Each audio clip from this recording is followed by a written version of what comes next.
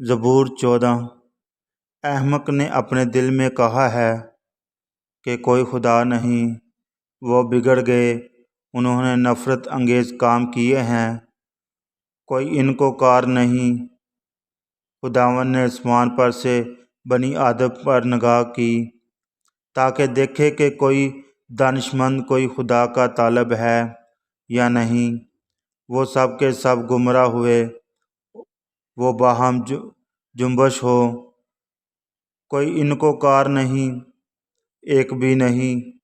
کیا ان سب بد کرداروں کو کچھ علم نہیں، جو میرے لوگوں کو ایسے کھا جاتے ہیں جیسے روٹی، اور خداوند کا نام نہیں لیتے؟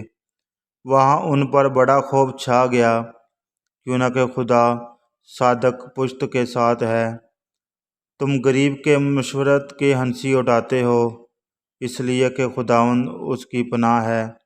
کاش کہ اسرائیل کی نجات صہیون میں سے ہوتی، جب خداوند اپنے لوگوں کو اسیری سے لوٹا جائے گا تو یعقوب خوش اور اسرائیل شادمان ہوگا۔